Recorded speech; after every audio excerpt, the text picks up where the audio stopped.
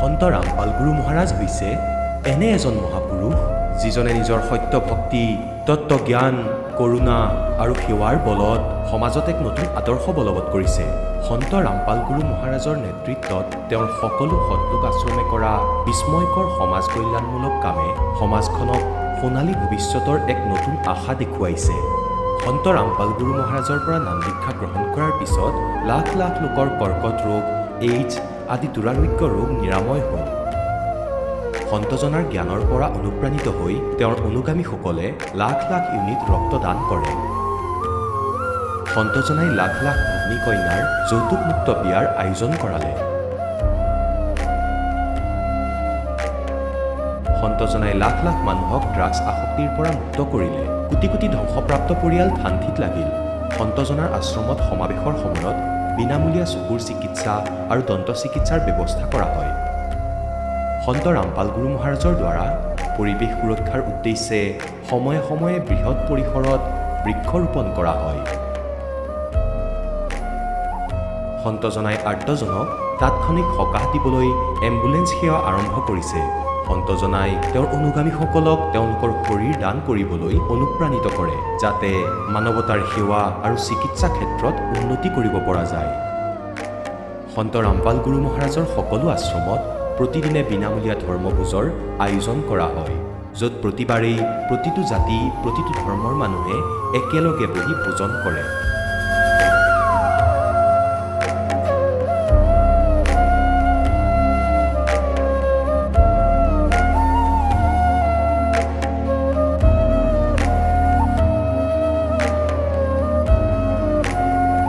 সন্ত ৰামপাল গুৰু মহাৰাজৰ অন্নপূৰ্ণা অভিযানে দৰিদ্ৰ আৰু অসহায় লোকসকলৰ জীৱনত এক নতুন শক্তি আৰু আশাৰ সঞ্চাৰ কৰিছে।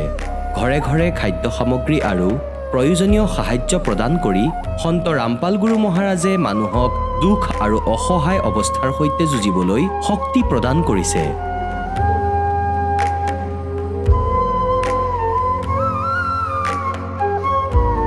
দৰিদ্ৰ লোকসকলৰ বাবে ঘৰ নিৰ্মাণ কৰা সন্ত ৰামপাল গুৰু মহাৰাজৰ অসাধাৰণ কাৰ্যই এনে এক নিদৰ্শন দাঙি ধৰিছে, যি যুগ যুগ ধৰি সন্তজনাৰ উদাৰতা আৰু দয়াৰ প্ৰতীক হিচাপে জনাজাত হৈ ৰ'ব।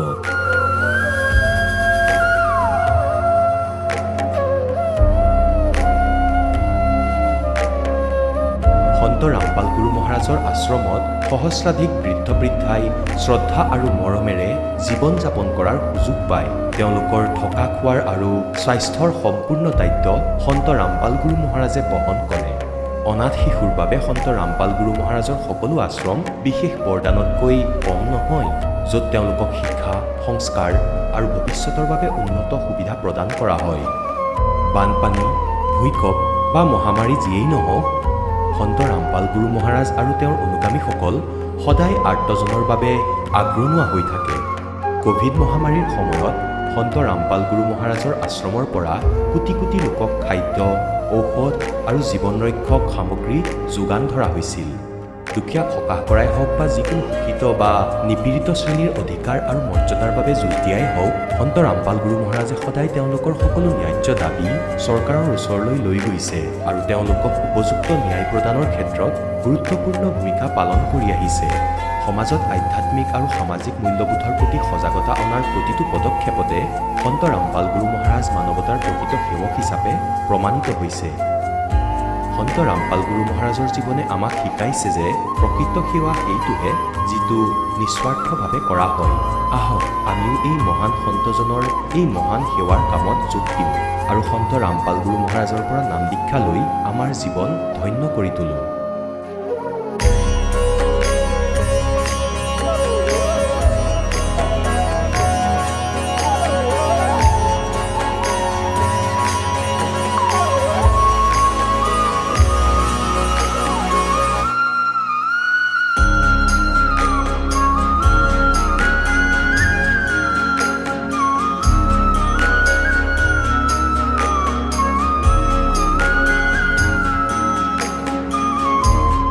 আপোনালোকক পৰিয়ালৰ সৈতে সৎলোক আশ্ৰমলৈ আন্তৰিকতাৰে আমন্ত্ৰণ জনোৱা হ'ল।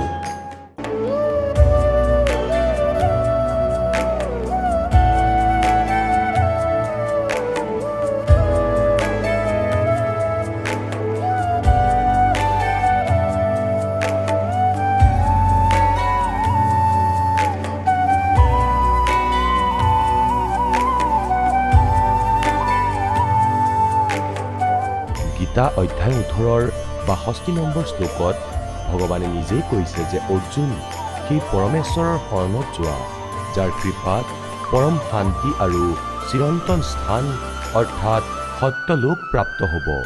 সেইজন পৰমেশ্বৰ কোন, ক'ত থাকে, কেনেকুৱা? এই কথা জানিবলৈ অনুগ্ৰহ কৰি অৱশ্যেই শুনক জগতগুৰু তত্ত্বদৰ্শী সন্ত ৰামপাল গুৰু মহাৰাজৰ অমৃত বচন, সকলো পবিত্ৰ ধৰ্মৰ পবিত্ৰ শাস্ত্ৰৰ আধাৰত। দৰ্শকসকল, আজি আমি আপোনালোকক শুনাম বিহাৰ ৰাজ্যৰ গয়া জিলাৰ নিবাসী সোনেনা কুমাৰীৰ বিষয়ে। সোনেনা কুমাৰীয়ে আগতে সকলো দেৱ দেৱীৰ ভক্তি সাধনা কৰিছিল, কিন্তু তাৰ পিছতো তেওঁৰ জীৱনত শাৰীৰিক কষ্ট, আৰ্থিক সংকট, ভূত প্ৰেতৰ বাধা, মাইগ্ৰেন আৰু গ্লেণ্ড টিবিৰ দৰে গুৰুতৰ সমস্যাবোৰে আগুৰি ধৰিছিল। ইমানে নহয়, ডাক্তৰেও তেওঁ গোটেই জীৱন ঔষধ খাবলৈ কৈছিল। কিন্তু যেতিয়া তেওঁ সন্ত ৰামপাল গুৰু মহাৰাজৰ পৰা নাম দীক্ষা গ্ৰহণ কৰিলে, তেতিয়াই তেওঁৰ জীৱনত এক আশ্চৰ্যজনক পৰিৱৰ্তন আহিল। সোনেনা কুমাৰীয়ে কয়, নাম দীক্ষা লোৱাৰ পিছত তেওঁৰ সকলো ধৰণৰ বেমাৰ আজাৰ সম্পূৰ্ণ ভাল হৈ গ'ল আৰু আজি তেওঁ সম্পূৰ্ণৰূপে সুস্থ হৈ জীৱন যাপন কৰি আছে। দৰ্শকসকল, বছৰ বছৰ ধৰি কৰা ভক্তি সাধনাই কোনো লাভ নহ'ল, কিন্তু সন্ত ৰামপাল গুৰু মহাৰাজ চৰণত অহাৰ লগে লগে তেওঁৰ সমগ্ৰ জীৱন সলনি হৈ গ'ল। আহক শুনো সোনেনা কুমাৰীৰ সঁচা জীৱন কাহিনী তেওঁৰ নিজৰ মুখেৰে। নমস্কাৰ। নমস্কাৰ। কি নাম হয় আপোনাৰ? মোৰ নাম সোনেনা কুমাৰী। বাইদেউ ক'ৰ পৰা আহিছে আপুনি? মই গয়া জিলাৰ হয়। গাঁও গন্তিক, পোষ্ট গণনা, থানা বেলাগঞ্জ, জিলা গয়া, বিহাৰৰ হয়। সন্ত ৰামপালদেৱ মহাৰাজৰ পৰা নাম দীক্ষা আপুনি কেতিয়া ল'লে? সন্ত ৰামপালদেৱ মহাৰাজৰ পৰা নাম দীক্ষা মই লৈছিলোঁ 20 ছেপ্টেম্বৰ 2020ত। সন্ত ৰামপালদেৱ মহাৰাজৰ পৰা নাম দীক্ষা লোৱাৰ আগতে আপুনি কি ভক্তি সাধনা কৰিছিলে? মই সন্ত ৰামপালদেৱ মহাৰাজৰ পৰা নাম দীক্ষা লোৱাৰ আগতে মই সকলো দেৱী দেৱতাৰ ভক্তি কৰিছিলোঁ। তেন্তে আপুনি সন্ত ৰামপালদেৱ মহাৰাজৰ শৰণলৈ কেনেকৈ আহিলে? মই সন্ত ৰামপালদেৱ মহাৰাজৰ শৰণলৈ আহিলোঁ যেতিয়া মোৰ বহুত প্ৰব্লেম হৈছিলে। মোৰ শাৰীৰিক কষ্ট, আৰ্থিক কষ্ট আৰু ভূত প্ৰেতৰ বাধা যেতিয়া হ'বলৈ ধৰিলে, মই ডেইলি টিভি চাইছিলোঁ। মই ডেইলি সন্ত ৰামপালদেৱ মহাৰাজৰ সৎসংগ চাইছিলোঁ। মই তেতিয়া বুজি পোৱা নাছিলোঁ যে মই কি চাই আছোঁ আৰু কি শুনি আছোঁ। কিন্তু এদিন মই ডক্তৰৰ ওচৰৰ পৰা যেতিয়া আহিলোঁ, যেতিয়া মই চেনেলত সৎসংগ লগালোঁ, 8:30লৈকে যিটো আহে মই লগাই চালোঁ, শেষত যেতিয়া ইণ্টাৰভিউ চালোঁ, মোৰ মনত এনেকুৱা ভাৱ হ'ল, মই ইয়ালৈ যাওঁ আৰু নাম দান লওঁ, মোৰ ইয়াৰ পৰাই কল্যাণ হ'ব। মই মোৰ হাজবেণ্ডক ক'লোঁ যে এই নাম্বাৰটো আপুনি নোট কৰি লওক, মই এই নাম্বাৰটোত ফোন কৰিম আৰু মই ইয়াৰ পৰা নাম দীক্ষা ল'ম। মোৰ হাজবেণ্ডে ক'লে, তুমি নাজানা এওঁলোকে পইচা দি এইবোৰ কথা কোৱাই। মই ক'লোঁ যে যিয়ে নহওক পৰমাত্মাৰ দয়াত মই ইয়ালৈ যামেই, নিশ্চয় যাম। মই কি ক'ম আপোনাক ছাৰ, মই খোজকাঢ়িব পৰা নাছিলোঁ। মই চুচৰি গৈছিলোঁ, লেট্ৰিন বাথৰুম সকলোলৈ। হাড় বেকা হৈ গৈছিলে মোৰ বেমাৰৰ বাবে, অৰ্থৰাইটিছ প্ৰব্লেমৰ বাবে। সেই সময়ত মই খঙত বিচনাৰ পৰা নামিলোঁ আৰু মোবাইলটো ল'লোঁ। মই লিখিব নোৱাৰিলোঁ, গতিকে মোবাইলৰে ফটো মই যেনে তেনে উঠালোঁ। স্ক্ৰীণত মালিকৰ যি নম্বৰ আহি আছিলে, সন্ত ৰামপালদেৱ মহাৰাজৰ। মই সন্ত ৰামপালদেৱ মহাৰাজৰ পৰা নাম দীক্ষা ল'ব খুজিছিলোঁ।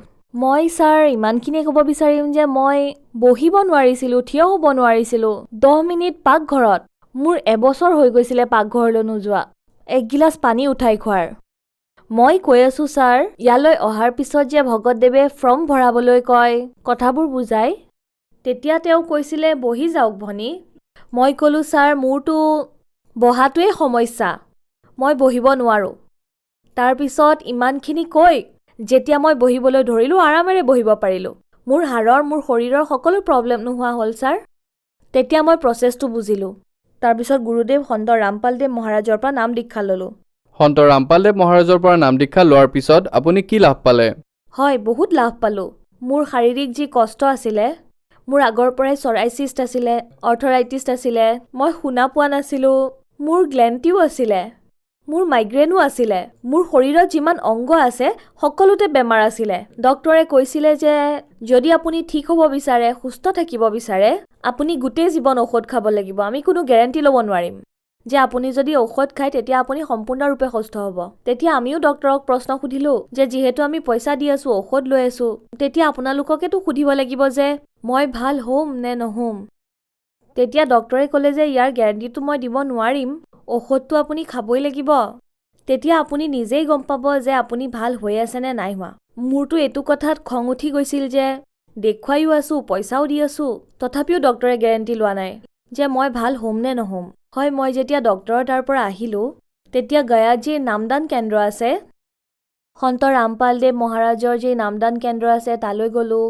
সন্ত ৰামপালদেৱ মহাৰাজক যেতিয়াই মই দণ্ডৱত প্ৰণাম কৰিছিলোঁ, মই গুৰুদেৱক মনতে কৈছিলোঁ যে মালিক, সন্ত ৰামপালদেৱ মহাৰাজ, মোৰ শৰীৰত ইমানেই সমস্যা আছে, মোৰ শৰীৰত যিমান অংগ আছে সিমানেই সমস্যা আছে মালিক। তাত মই সকলো সমস্যাৰ কথা ক'লোঁ যে মোৰ অৰ্থৰাইটিছ আছে, মোৰ হাড় বেকা হৈ গৈছে। তেতিয়া ইয়াৰ আশ্ৰমৰ যিসকল ভগতদেৱ আছে তেওঁলোকে ক'লে যে মাতৃ ভনী, আপুনি নাম দীক্ষা লওক, পৰমাত্মাই আপোনাক দয়া কৰিব, আপুনি ঠিক হৈ যাব। তেতিয়া মুক্তিদাতা সন্ত ৰামপালদেৱ মহাৰাজৰ পৰা নাম দীক্ষা ল'লোঁ আৰু মোৰ সকলোবোৰ বেমাৰ ভাল হৈ গ'ল। পৰমাত্মাৰ দয়াত পৰমাত্মাই দয়া কৰিলে যে মই উঠিব পাৰোঁ, বহিব পাৰোঁ, চলিব পাৰোঁ, পাকঘৰৰ সকলো কাম কৰিব পাৰোঁ। য'ত লেট্ৰিনলৈ মই চুচৰি গৈছিলোঁ, সন্ত ৰামপালদেৱ মহাৰাজৰ দয়াত আজি মই সকলো কাম নিজে কৰিব পাৰোঁ। এয়া চাওক মোৰ চৰাইচিছৰ ৰিপৰ্ট। ডক্তৰে যে কৈছিলে গোটেই জীৱন আপুনি ঔষধ খাব লাগিব, এয়া যি বেমাৰ সেয়া লিভাৰৰ বেমাৰ, আপুনি গোটেই জীৱন ঔষধ খাব লাগিব, নহ'লে বেমাৰ বেছি হ'ব।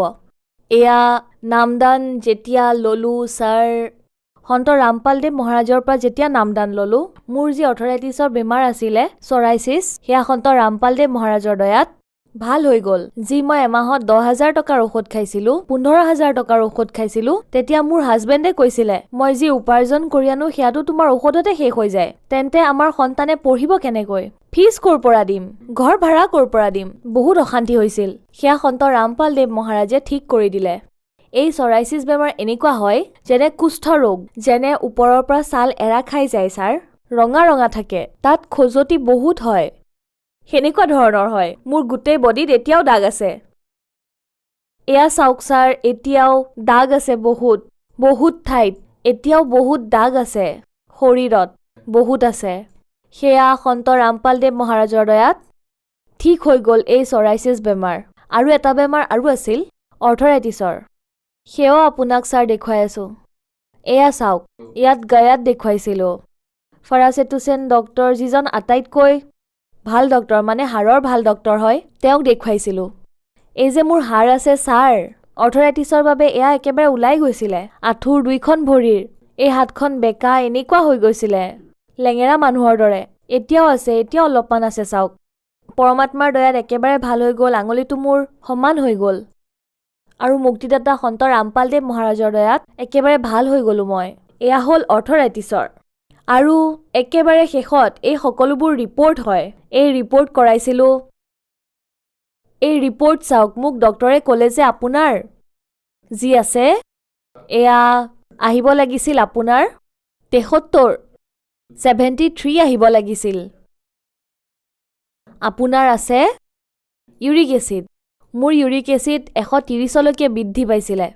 ইয়াত সন্ত ৰামপালদেৱ মহাৰাজৰ দয়াত নাম দীক্ষা লোৱাৰ পাছত মোৰ যিমান হ'ব লাগিছিলে সিমান হৈ গ'ল।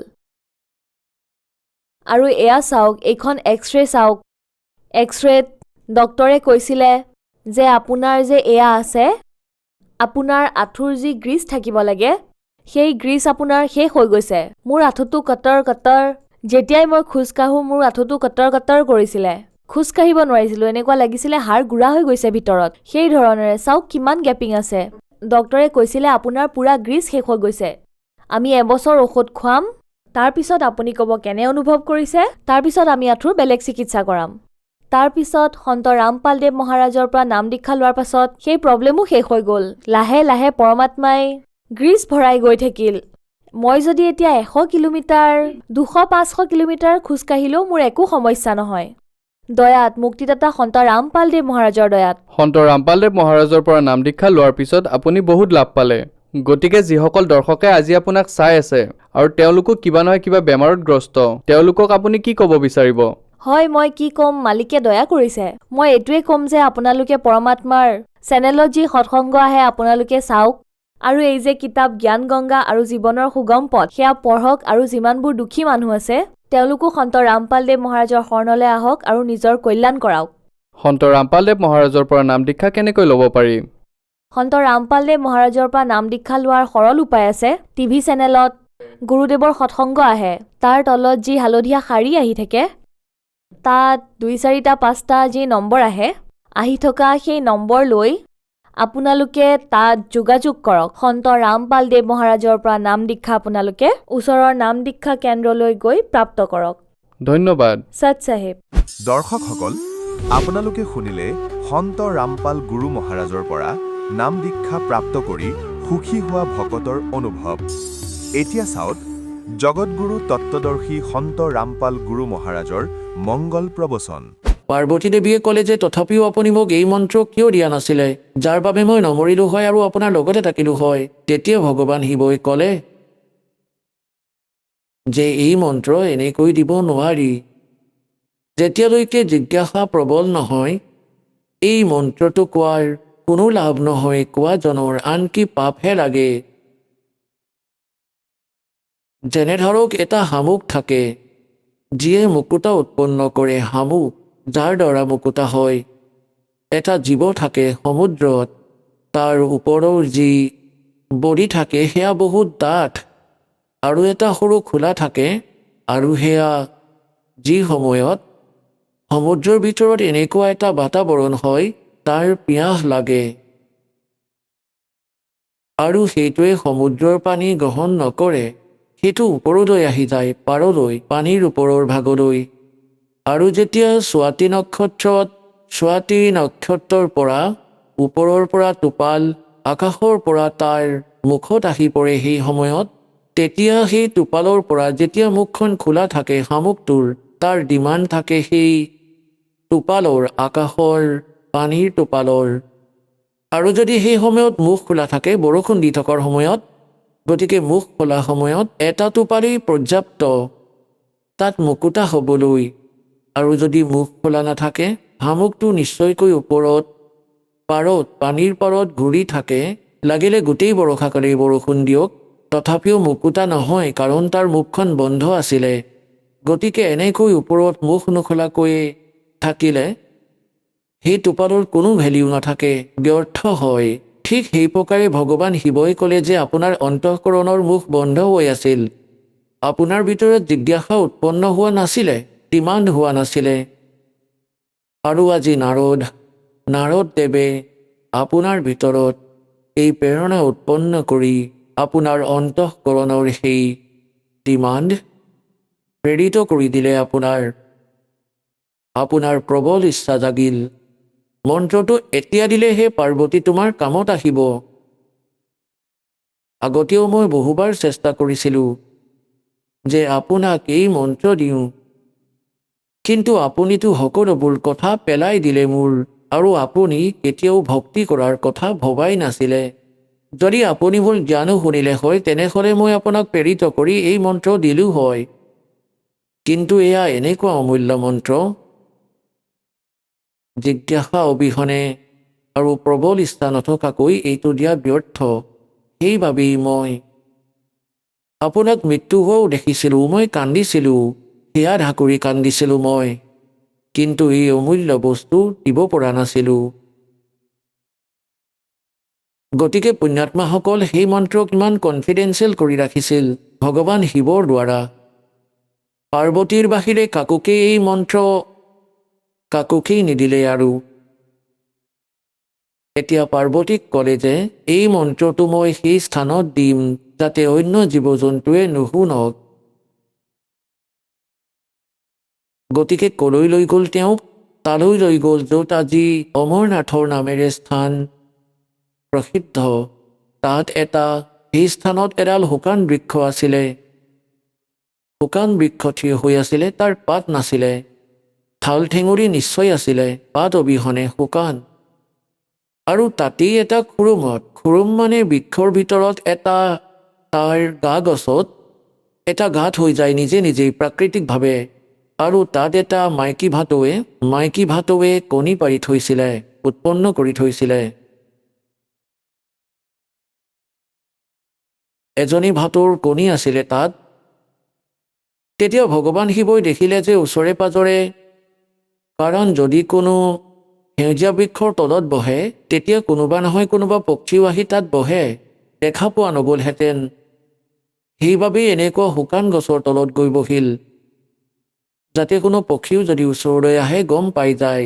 গতিকে পোনপ্ৰথমে ভগৱান শিৱই নিজৰ দুয়োখন হাতেৰে এনেকৈ জোৰকৈ তালি মাৰিলে 3 বাৰ, আৰু ইমান ভয়ংকৰ নাদ হ'ল, ওচৰৰ পাজৰৰ পশু আৰু পক্ষী বহু শ কিলোমিটাৰ দূৰলৈ উৰি গুচি গ'ল, ইমান আতংকিত হৈ গ'ল।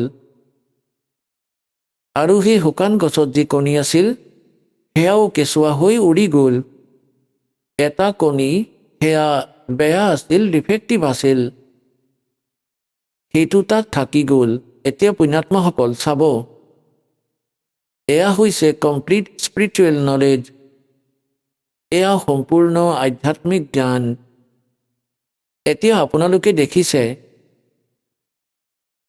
যেনেদৰে অস্থি ফুল উঠাই যি হাড় জীৱৰ মানুহৰ, স্ত্ৰী অথবা পুৰুষৰ জ্বলাই দিয়া হয়, অন্তিম সংস্কাৰ কৰি দিয়া হয় শৰীৰৰ, তাৰপিছত তাৰ কিছু হাড়ৰ কণা বাচি যায়, তাক ফুল বুলি কোৱা হয়, অস্থি বুলি কোৱা হয়। সেইবোৰ তাৰ পৰা উঠোৱা হয় সেই ছাইৰ পৰা, আৰু ক'ত বিসৰ্জন দিয়ে? গংগাত, নদীত। কিয় দিয়ে? এইটো ভ্ৰমিত কৰা কথা যে তাত গতি কৰাবলৈ দিয়ে। মৰাৰ পিছত জীৱটো গুচি গ'ল, যলৈ যাব লাগে, সেই হাড়বোৰ ক'ৰবাত পেলালে, নদীত পেলালে জানো গতি হ'ব? তাৰ মূল উদ্দেশ্য এয়া যে যেনেকৈ আমি যি বডিত আছিলোঁ, এই শৰীৰ আমাৰ বাবে বহুত প্ৰিয়। মানুহ যদি কোনোবা ৰোগী হৈ যায়, যদি ৰোগ ভয়ংকৰ হয়, তাৰ বাবে বহুত চিকিৎসা ল'ব লাগে। গতিকে ঘৰ আৰু মাটি বেছিও সেই শৰীৰটোক সুৰক্ষিত কৰিব বিচাৰে। সেয়া কিমান প্ৰিয়। গতিকে ইয়াক এৰি যেতিয়া প্ৰাণী যায়, প্ৰথমে তাক ওপৰলৈ লৈ যোৱা হয়, তাত তপশিলাত গুৰি কৰা হয়, তাৰ পৰা লেতেৰাখিনি উলিয়াই তাৰ পিছত জীৱক পেলাই দিয়ে। সেয়া আকাশী মাৰ্গেৰে আহি ধৰ্মৰাজৰ দৰবাৰত শাৰী পাতি থিয় হয়। এই প্ৰচেছৰ বাবে ইয়াক 10-12 দিন লাগে। গতিকে 13 নম্বৰ দিনা ই আকৌ আহে, য'ত সি গাধ হ'ব লাগে, কুকুৰ হ'ব লাগে, গাহৰি হ'ব লাগে, অথবা ভূত হ'ব লাগে, সেই লাইনত আকৌ থিয় হয়। গতিকে এওঁলোক প্ৰেত হৈ যায় বেছিভাগেই। ভূতক পূজা কৰিলে ভূতেই হ'ব। আমি আগতে ভূতৰেই পূজা কৰিছিলোঁ। গতিকে প্ৰেত হৈ আহে ক'লৈ? নিজৰ ঘৰলৈ। তাৰপিছত ঘৰলৈ আহি নিজৰ শৰীৰটোক বিচাৰে যে মই তাত প্ৰৱেশ কৰিম। তাৰপিছত সি তাৰ পৰা গৈ থাকে, কাৰণ এখন চিনেমাৰ দৰে হয়। তাৰপিছত সি তালৈ যায় য'ত তাৰ অন্তিম সংস্কাৰ হয়। গতিকে তাত যদি সেই অস্থি উঠোৱা নহয়, তেতিয়া সেই জীৱই সেই অস্থিৰ সৈতে লাগি ধৰে যে সেয়া মোৰ হয়, এয়া মোৰ, তাৰ লগত লাগি ধৰে। আৰু তেওঁলোকে, যিসকল গুৰুৰ জ্ঞানটো নাছিলেই, তেওঁলোকে ভাবিলে যে এই অস্থি যদি ইয়াৰ পৰা উঠাই ক'ৰবাত পেলাই আহে, নদীত যদি পেলাই দিয়ে, তেন্তে এয়া যাতে সেই প্ৰেতৰ হাত নালাগক, ইয়াতে লাগি নধৰক, যাতে এই শ্মশানত নাথাকে, সেইখন গাঁৱত নাথাকে, সেইবাবেই সেইখিনি উঠাই অস্থিখিনিক জলপ্ৰবাহ কৰি দিয়ে। তাত পেলোৱাৰ পিছত সিহঁতে গম নাপায় আৰু যে সেয়া ক'লৈ গ'ল। তেওঁলোকৰ এইটোৱেই উদ্দেশ্য থাকে যে সেই ঠাই যাতে এৰি দিয়ে, সেয়া বিচাৰি যাতে সিহঁতে গংগাৰ পাৰত ভ্ৰমি ফুৰে। গতিকে পুণ্যাত্মাসকল, গতিকে অস্থি উঠোৱা এই প্ৰক্ৰিয়া ইয়াতেই আৰম্ভ হৈছিলে। এয়া উঠোৱা বা নুঠোৱাই, ইয়াৰ কোনো লাভ নাই, কোনো লাভ বা হানি নহয় সেই জীৱৰ, যিয়ে শৰীৰ এৰি গুচি গ'ল পিছৰ ক্ৰিয়াবোৰেৰে। এতিয়া এনেকৈয়ে যেনেকৈ আপোনালোকক বহুবাৰ কৈছোঁ যে এই প্ৰাণীয়ে মানৱ শৰীৰ 2 প্ৰকাৰে প্ৰাপ্ত কৰে। এটাটো 84 লাখটা যোনি ভোগ কৰি এটা টাৰ্ণ ৱাইজ এটা মানৱ শৰীৰ কম্পালচৰি প্ৰাপ্ত কৰে। আৰু দ্বিতীয় প্ৰকাৰৰ সেইসকল হয় যিসকল শুভ সংস্কাৰৰ বাবে একেৰাহে কেইবা জনমো আপোনাৰ আগৰ জনমৰ পূৰ্ব সংস্কাৰৰ বাবে পায়। তেওঁ পিছলৈ সুখদেৱ নামৰ ঋষি হ'ল। তেওঁৰ আত্মাই 84 লাখটা যোনি ভুগি ভুগি আৰু ভাটৌটোৰ সংস্কাৰ আছিলে তেওঁৰ। এতিয়া ভাটৌটোত ইমানেই সংস্কাৰ আছিলে, সেই লেতেৰা কণীটোতেই তেওঁৰ নিমিত্তই আছিলে সেই কণীটো। যেনেকৈ গৰ্ভতেই বহুতো সন্তানৰ মৃত্যু হয়, গতিকে তাৰ সিমানেই সংস্কাৰ থাকে সেই মনুষ্য জীৱনৰ। সি সম্পূৰ্ণ কৰিলে সেই এটা মনুষ্য জীৱন গৰ্ভতেই মৰা, বাহিৰলৈ আহিয়েই মৰা, এই ধৰণে। এতিয়া তাৰ সংস্কাৰ ইমানেই আছিল, সেই কণীটোত তাৰ আত্মা আহিল আৰু সেই কণীটো বেয়া হৈ গ'ল। তাৰ পিছতো সি তাত লাগি থাকিল যে মোৰ হয়, সেই আত্মাটো তাতেই থাকিল। আৰু বাকী সুস্থ থকা কণীকেইটা ভগৱান শিৱৰ নিজৰ যি ধাৰণাৰে যে ওচৰ পাজৰৰ যি কণী আছে সেয়াও সুস্থ হওক, গতিকে তালি বজোৱাৰ বাবে সেই কণীকেইটাৰ পৰা পোৱালি জগি পখী হৈ উৰি গ'ল। এতিয়া তেওঁৰ সংস্কাৰ এনেকুৱাই আছিল, নিৰ্ধাৰিত আছিল যে এতিয়া ভগৱান শিৱই কথা শুনাব পাৰ্বতীক।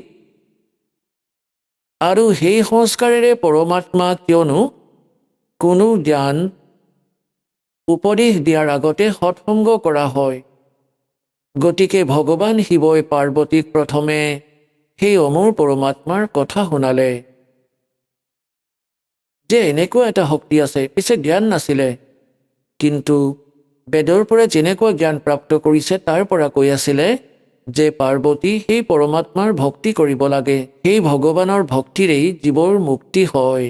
আৰু মানৱ শৰীৰ, এই দেৱতাসকলকো মানৱ শৰীৰ বুলিয়েই মনা হয়। আৰু এই মানৱ শৰীৰ ভগৱানৰ সাধনা উপাসনাৰ বাবেই প্ৰাপ্ত হয়। আৰু আকৌ তেওঁ ক'ব ধৰিলে, তুমি ধ্যান লগোৱা, মই কৈ গৈ থাকিম। য'ত টাৰ্গেট আছে তাত মই ক'ম, শ্ৰুতি তালৈকে যাব। কি কৰে যে মূল কমল যি গুদাৰ ওচৰত আছে, ৰাজহাৰৰ ভিতৰত, তাত গণেশদেৱৰ বাস আছে আৰু তাৰ ক্লিয়ম জপ আছে। আৰু ইয়াক তুমি এনেকৈ এনেকৈ কোৱা। আকৌ ক'লে যে তাৰ দুটা আঙুলিৰ ওপৰত সাবিত্ৰী আৰু ব্ৰহ্মাদেৱৰ কমল আছে, তাৰ এই মন্ত্ৰ হয়।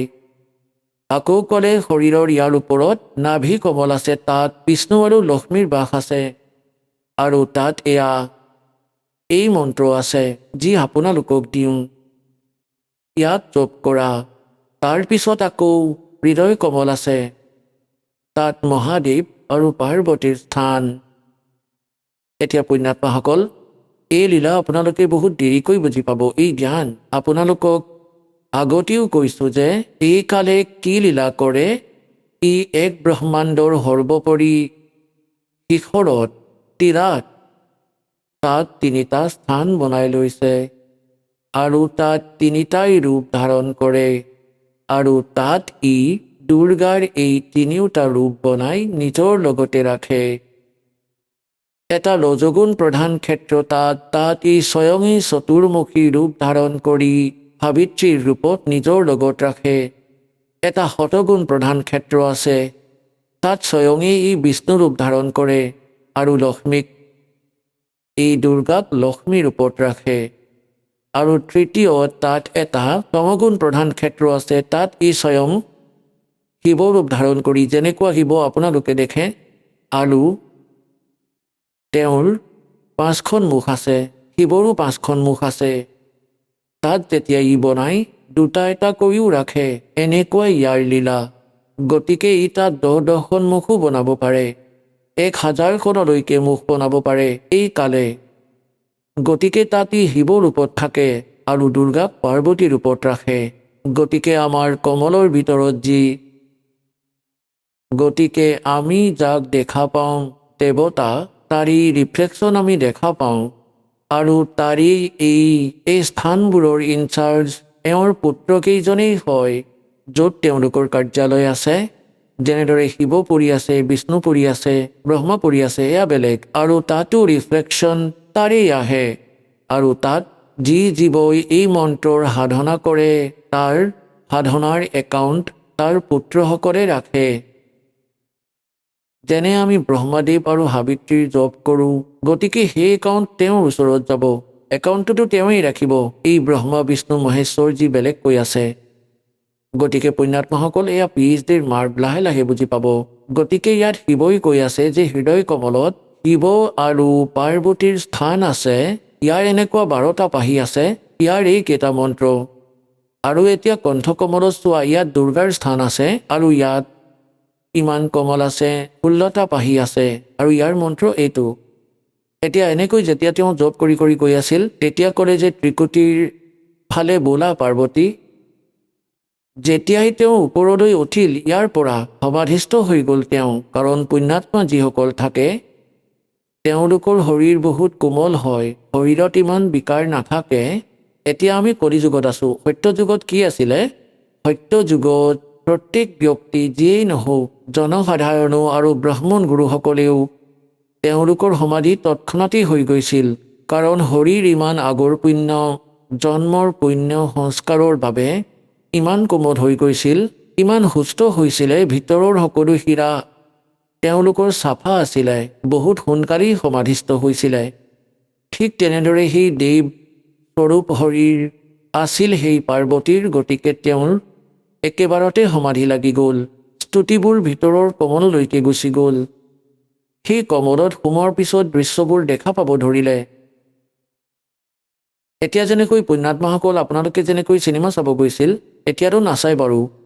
যেতিয়া চিনেমা চাব গৈছিলোঁ তেতিয়া 3 ঘণ্টা গমেই পোৱা নাছিলোঁ কেনেকৈ পাৰ হৈ যায়। কেতিয়াবা কিবা চাই আছোঁ, কেতিয়াবা কিবা আৰু কেতিয়াবা কিবা। 1 ছেকেণ্ডতেই ইণ্টাৰভেল হৈ শেষেই হৈ যায়।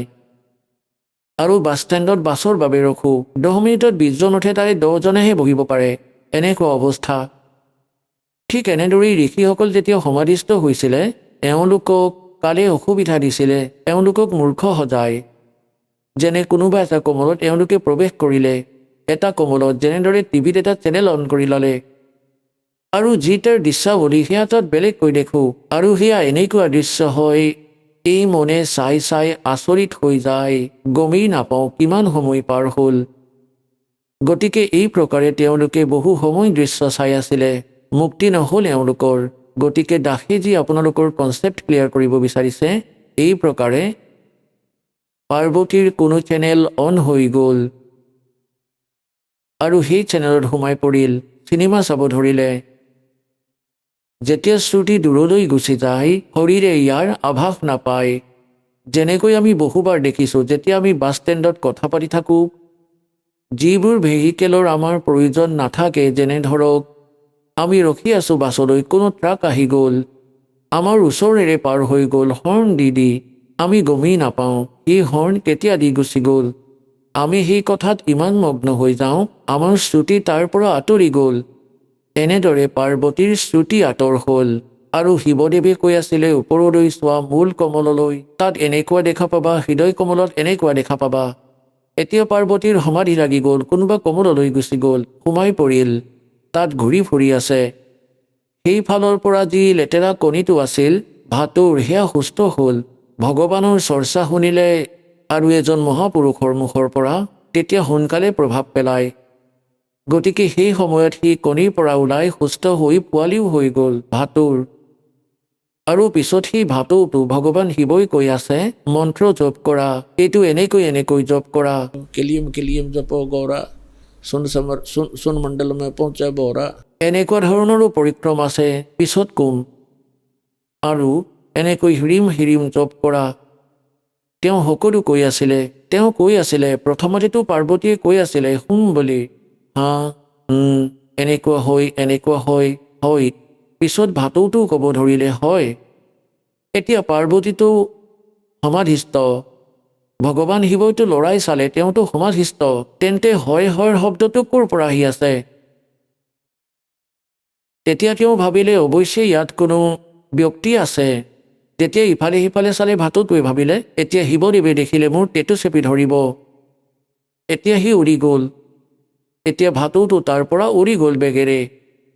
এতিয়া শিৱদেৱে ভাবিলে ই মোৰ মন্ত্ৰ প্ৰাপ্ত কৰিলে, ভাটৌ এনেও বহুত বদমাছ হয়, ই নিশ্চয় কাৰোবাক ক'ব। আৰু ই এনেকৈ ক'লে যদি কোনোবাই গম পাই যায়, যেনে ধৰক ই ৰাক্ষসবোৰ কিয় হ'ল, যিসকলে সাধনা কৰিছিলে মৰ্যাদা ভাঙিলে, স্ববিকাৰ কৰিব ধৰিলে, আৰু সেই ভক্তিৰে তেওঁলোকৰ তাত সিদ্ধি ইমানেই আহিল যি দেৱতাৰ তাত আছিল, কিন্তু তেওঁলোকৰ কৰ্ম বেয়া হ'ল, গতিকে তেওঁলোক সমানেই শক্তিবান হ'ল, কিন্তু তেওঁলোক দুখদায়ী এলিমেণ্ট হ'ল। সেইবাবে এই মন্ত্ৰবোৰক আমি গুপ্ত কৰিয়েই ৰাখিছিলোঁ, যাতে সাধাৰণ বিনা অধিকাৰীৰ বাহিৰে ইয়াক দিব নোৱাৰি। ই হানি কৰিব পাৰে, পিছত সাধাৰণ সমাজৰ বাবেও দুখদায়ী হয়। গতিকে এই কাৰণে সাধাৰণ ব্যক্তিক জনসাধাৰণে কয়, ভাই এই মন্ত্ৰবোৰক তোমালোকৰ গুৰুদেৱে গুপ্ত কিয় ৰাখে? এতিয়া তেওঁলোকে কি জানে?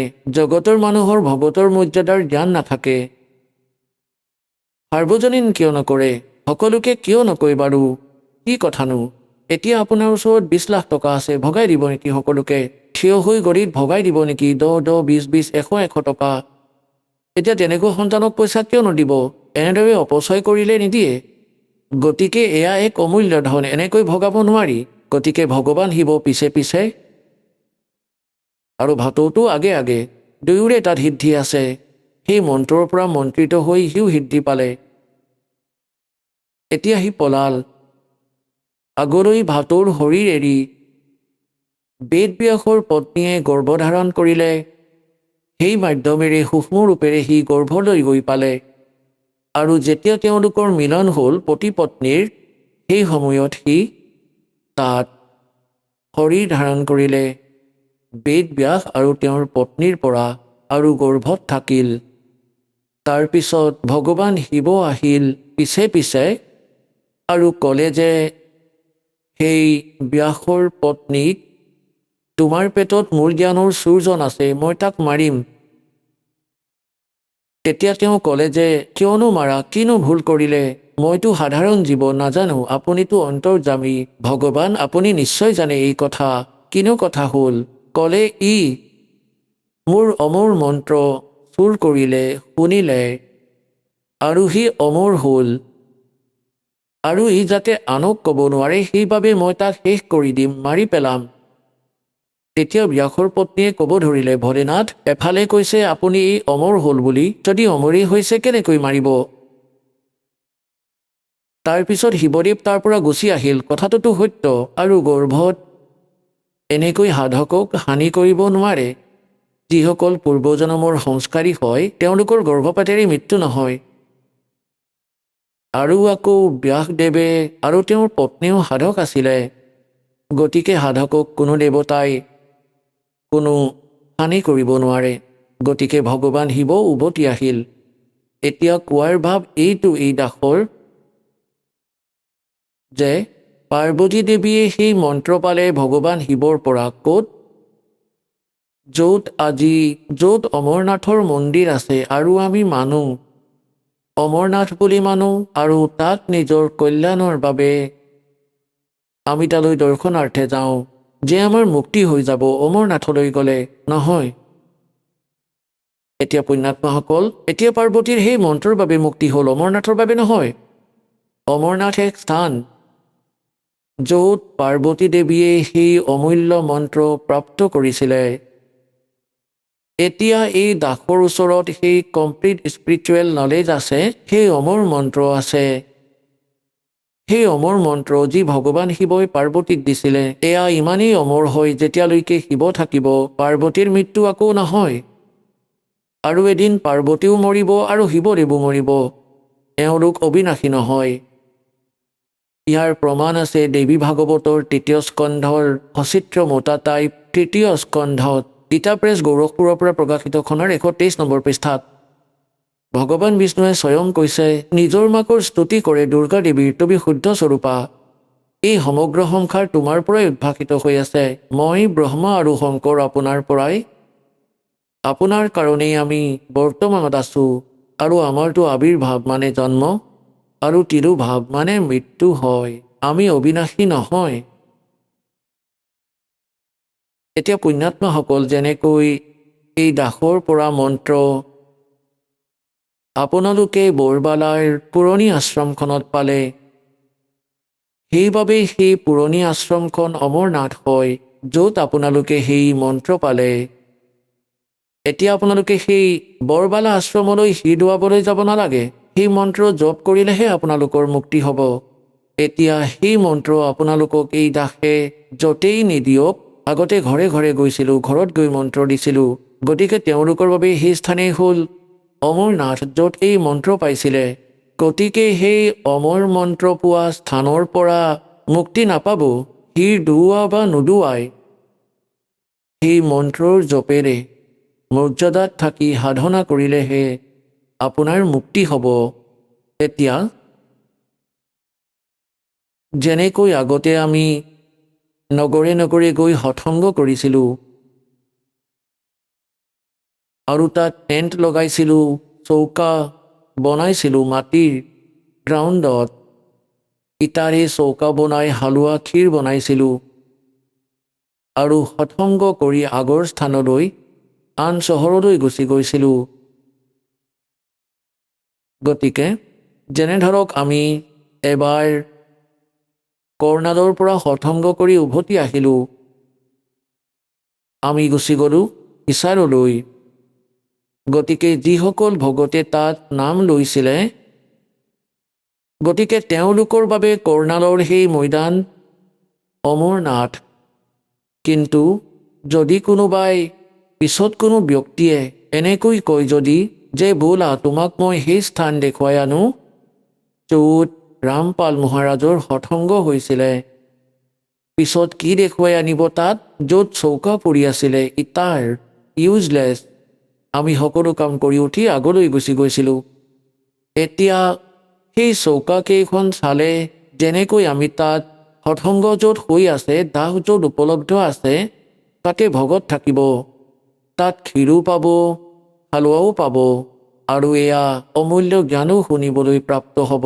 এতিয়া যদি কোনো ব্যক্তিয়ে কয় যদি বোলা আপোনাক সেই স্থান দেখুৱাই আনো য'ত সৎসংগ হৈছিলে, তাত গৈ কি দেখুৱাব চোৱা, ইয়াত ক্ষীৰ বনাইছিলে, তাত হালোৱা বনাইছিলে, ইয়াত বহি নাম দিছিলে, এতিয়া তাত না ক্ষীৰ পাব না হালোৱা, খালী চৌকা দেখিবা, তাতেই মূৰ দোৱাই আহিব। গতিকে সেই বস্তুটোতো তাত পাব য'ত দাস উপলব্ধ। এতিয়া বৰবালাৰ ভিতৰত আছে সেই চৌকা, সেই ক্ষীৰ হালোৱাও আৰু সেই অমূল্য মন্ত্ৰ আৰু জ্ঞানো। এই প্ৰকাৰে আমাৰ যিমানবোৰ পবিত্ৰ তীৰ্থস্থান আছে, স্মৰণীয়তো হয়েই যে ইয়াত এনেকুৱা ঘটনাটো ঘটিছিলে, এয়া কেৱল স্মৰণীয়হে। কিন্তু তালৈ গ'লে জীৱই পাপৰ অতিৰিক্ত একো নাপায়। এটা সময়ত যেনেকৈ পৰমাত্মাৰ লীলাত লিখা আছে যে তেওঁ সৎলোকৰ পৰা গতি কৰি আহে, 3 প্ৰকাৰৰ স্থিতিৰে আমাৰ ধাৰণ পোষণ কৰে, 3 প্ৰকাৰৰ শৰীৰেৰে, এটা শৰীৰেতো সৎলোকত স্থায়ীভাৱে থাকে। তেওঁৰ এডাল নোমৰ গুৰিৰ সৈতে 100টা চন্দ্ৰ 100টা সূৰ্য মিলাই দিয়া ইমান উজ্জ্বল হয়। আৰু দ্বিতীয়তে তেওঁ এনেকুৱা লীলা কৰে যেনেকৈ প্ৰত্যেক যুগতে এটা শিশু ৰূপ ধাৰণ কৰি এটা লীলা কৰে, তেওঁক নিঃসন্তান দম্পতীয়ে উঠাই লৈ যায়, লাহে লাহে ডাঙৰ হয় আৰু তেওঁ যি ক্ৰিয়া কৰে তেওঁৰ পিতৃ মাতৃয়েও তেওঁ জনসাধাৰণৰ দৰে জীৱন জীয়াই সেই পৰম পিতাই দেখুৱায়, এনেকুৱা লীলা কৰে। আৰু দ্বিতীয় প্ৰকাৰৰ স্থিতিত তেওঁ ক'ৰবাত কোনো স্থানত সাধু ৰূপত আহি প্ৰকট হয়, ভাল আত্মাসকলক লগ কৰি জ্ঞান দিয়ে, তেওঁলোকক নিজৰ সৈতে পৰিচিত কৰাই যি ভ্ৰমি ফুৰে নিজৰ মৰমীয়াল আত্মা। এনেকৈ এজন ধৰ্মদাস নামৰ মহাপুৰুষ বৈষ্ণৱ আছিল, বেপাৰী আছিলে আৰু বৈষ্ণৱ সাধুৰ সৈতে দীক্ষিত আছিলে, বিষ্ণুদেৱৰ পূজাৰী আছিলে, বিষ্ণুদেৱক ইষ্ট মানিছিলে, লগতে শংকৰ ভগৱানৰো পূজা কৰিছিলে। যেনেদৰে আমাৰ ধৰ্মগুৰুসকলে আমাক যি জ্ঞান দি থৈছে, আমি তেনেকৈয়ে লাগি আছিলোঁ। তেওঁ ৰূপদাস নামৰ বৈষ্ণৱ ঋষি এজনৰ দ্বাৰা দীক্ষিত আছিলে। এতিয়া ৰূপদাসে সেই মৰমীয়াল আত্মাজনক যেনেদৰে গাইড কৰিছিলে, তেওঁ তেনেকেই সমৰ্পিত আছিল। তেওঁ কৈ থৈছিলে ৰূপদাস দেৱে যে 68টি তীৰ্থ কৰিব লাগে, 4টা ধামলৈ অৱশ্যেই তালৈ যাব লাগে, একাদশীৰ ব্ৰত ৰাখিবা, হৰে ৰাম হৰে কৃষ্ণ আৰু ভোলেনাথ শংকৰ ভগৱানৰ তেওঁৰ জপ কৰিবা, ওম নমঃ শিৱায় ইত্যাদি। গতিকে এই মন্ত্ৰ জপ কৰিছিলে আৰু তীৰ্থ ভ্ৰমণৰ বাবে গৈছিলে তেওঁ তাৰ পৰা। যেতিয়া তেওঁ ভগৱানক পালে, সেই সময়ত প্ৰায় ৮০-৮২ বছৰ বয়স হৈছিলে, ৮৫মান বছৰ হৈছিলে। ধৰ্মদাসদেৱৰ তীৰ্থযাত্ৰালৈ গৈছিলে তেওঁ মথুৰাৰ পুখুৰীত।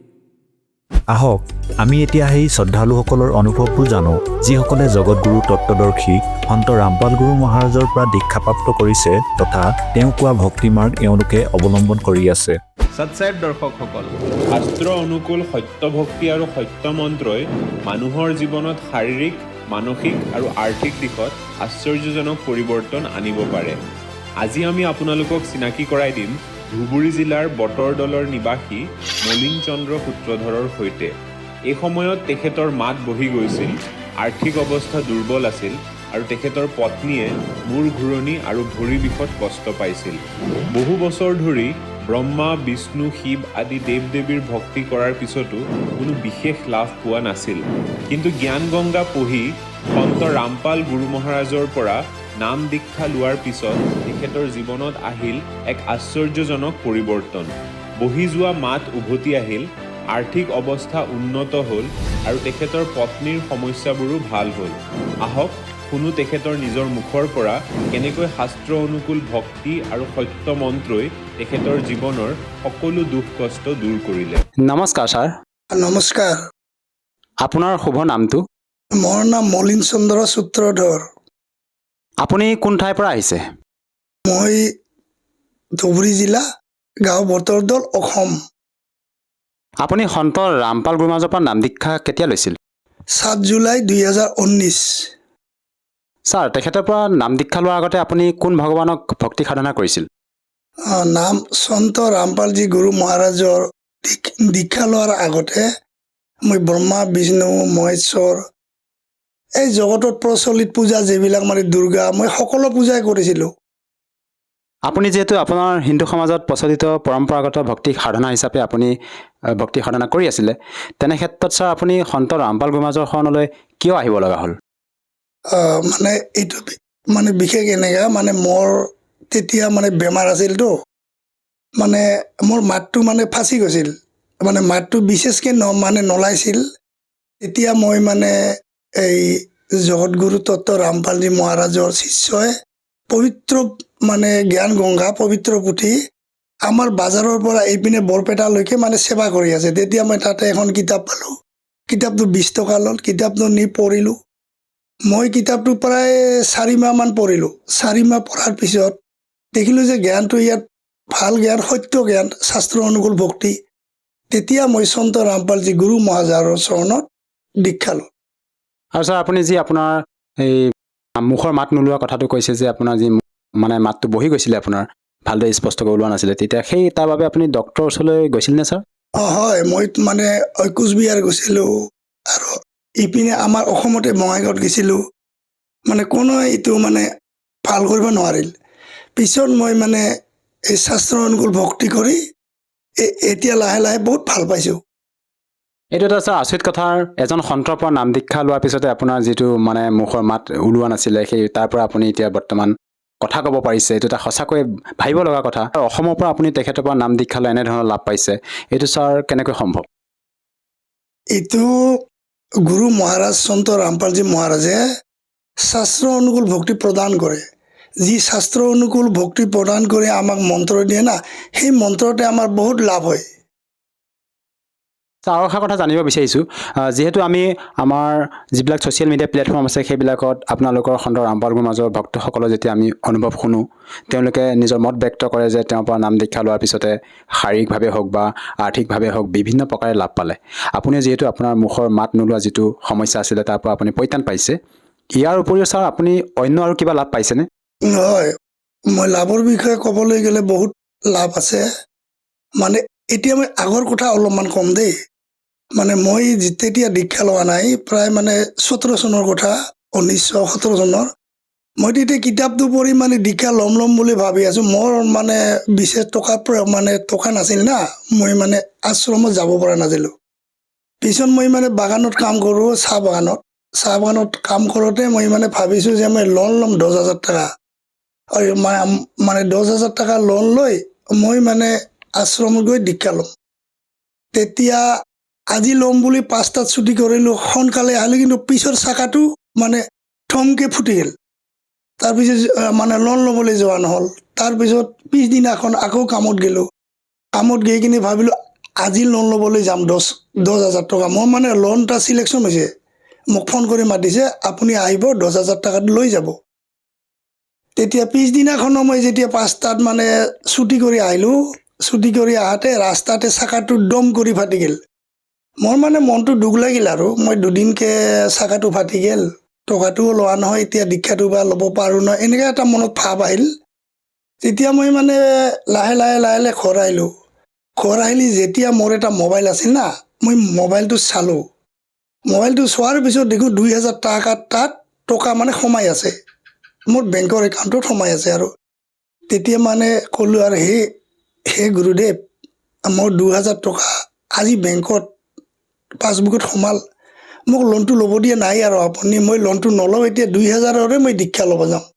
পিছত মই পিছদিনাখন টকাটো ওলাই কিনি বহুত মানুহ বিচাৰিলোঁ, প্ৰায় 10জনমান মানুহ বিচাৰিলোঁ দীক্ষা ল'বলৈ যাম বুলি, মোক লৈছ বোলে মানে সজাই। তেতিয়া কয় বোলে মই নোৱাৰিম, তাত এনেকৈ বহুত মানে ভয় খুৱাই দিয়ে। তেতিয়া মই ভাবিলোঁ তেতিয়া মোৰ এটা চালা আছে, চালাটোক ক'লোঁ যে ব'লা আমি দীক্ষা ল'বলৈ যাম, মই দীক্ষা ল'ম। তেতিয়া সি মানে পটককৈ কৈ দিল হ'ব, কালি বা পৰহি ওলাবি। সেই কালি পৰহি ওলাই দুজনে গৈ দীক্ষাটো ল'লোঁ পৰমাত্মাৰ চৰণত, সন্ত ৰামপালজী মহাৰাজৰ। ছাৰ, এইটো এটা আচৰিত কথা। আপুনি যিহেতু এতিয়া আপোনাৰ অনুভৱ ব্যক্ত কৰিছে যে আপুনি দীক্ষা নোলোৱাৰ আগতে আপুনি সন্ত ৰামপাল গুৰু মহাৰাজৰ পৰা আচৰিত ধৰণে লাভ পাইছে, যেনেকৈ আপুনি নাম দীক্ষা ল'ব যাবৰ বাবে যি ভাড়া নাছিলে, সেই ভাড়াও আপোনাক সন্ত ৰামপাল গুৰু মহাৰাজৰ কৃপাত আপুনি প্ৰাপ্ত কৰা বুলি নিজে আপুনি মত ব্যক্ত কৰিছে। ইয়াৰ উপৰি ছাৰ আৰু অন্য কি লাভ পাইছে ছাৰ?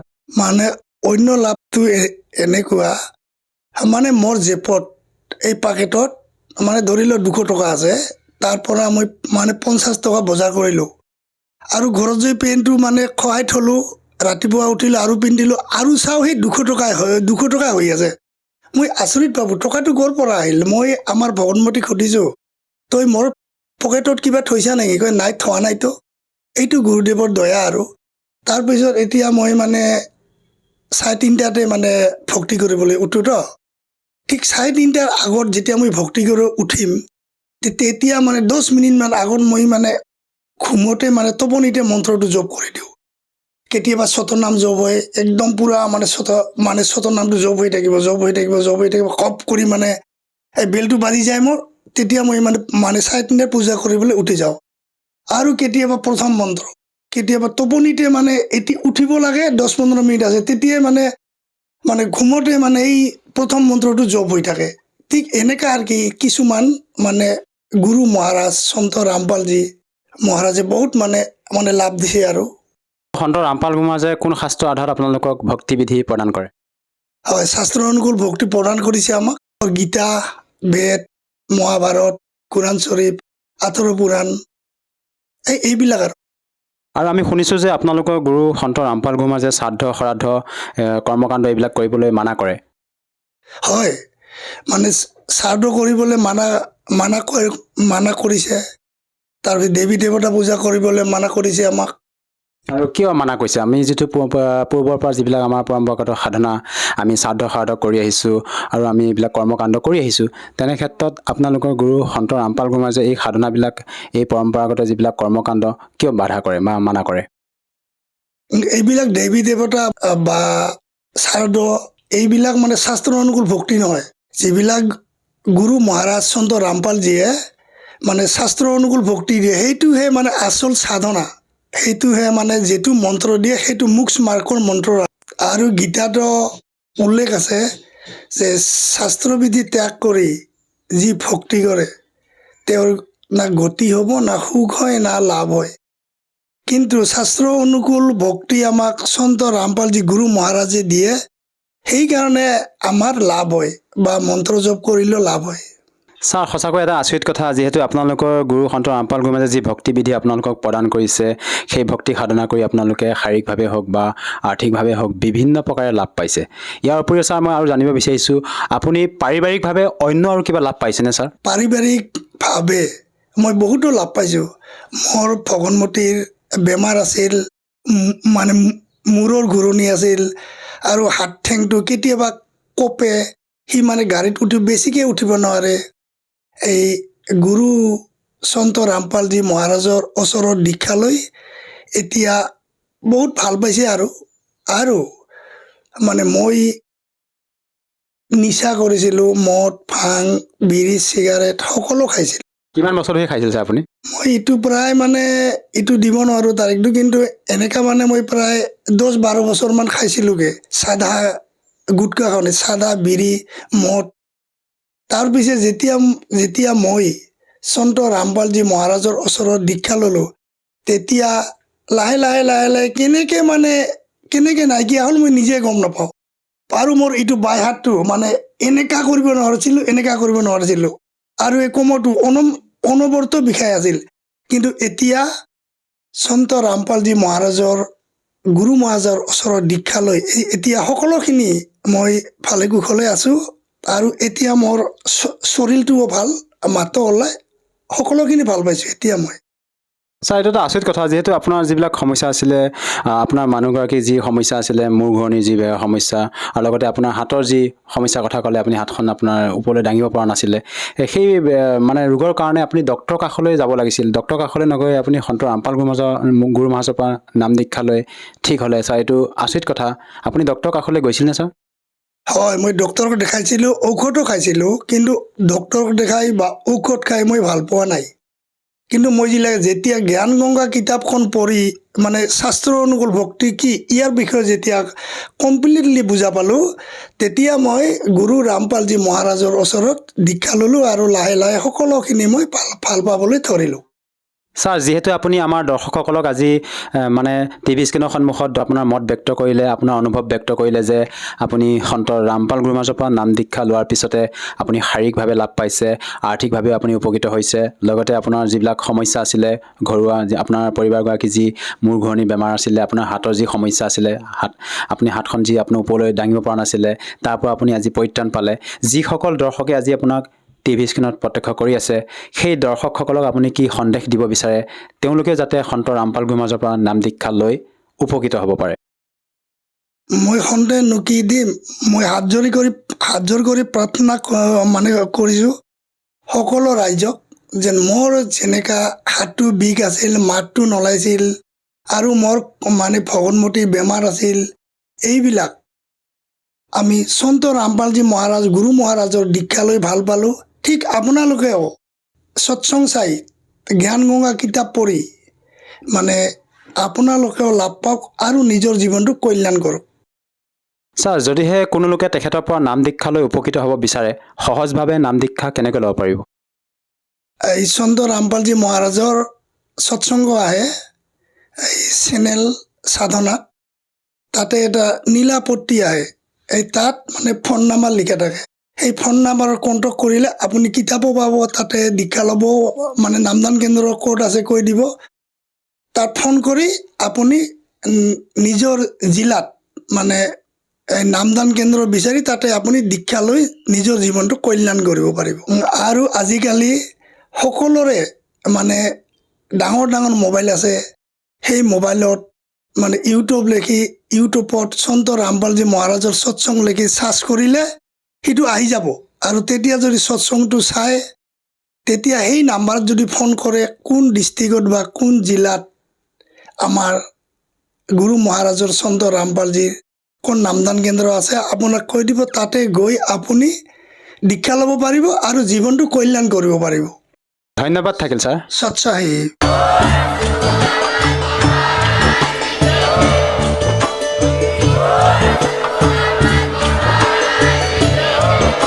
আপুনি শুনি আছিলে জগতগুৰু তত্ত্বদৰ্শী সন্ত ৰামপাল গুৰু মহাৰাজৰ মংগল প্ৰবচন।